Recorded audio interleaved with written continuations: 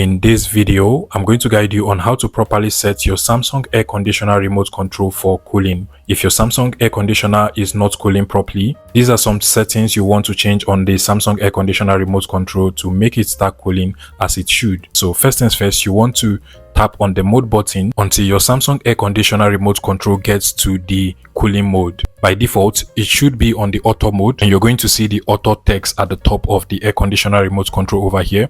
But if you actually want your Samsung air conditioner to cool properly, you have to make sure it is in the cooling mode. So continuously tap on the mode button until it gets to cooling. So I just tapped on it once and it got to cooling, but in your case you might have to tap on it several times. So if I tap on it again, it gets to the dry mode, tap on it again, it gets to fan mode, tap on it again, heat mode, and then back to auto. So make sure you tap on it and it resets to the cooling mode. Now once you do that, you also want to make sure that you have the highest fan speed on your Samsung air conditioner remote control. So continue to tap on the fan speed button over here upward until you see the highest fan speed indication on your Hisense air conditioner remote control. So if I tap on it once, you can see that I just have 1 fan speed, and then if I tap on it again, 2, 3, and that is basically the highest you can go. And the final thing you want to do is to set the preferred temperature for your room. Now this is the temperature up and temperature down button, and you can either increase the temperature all the way up to 30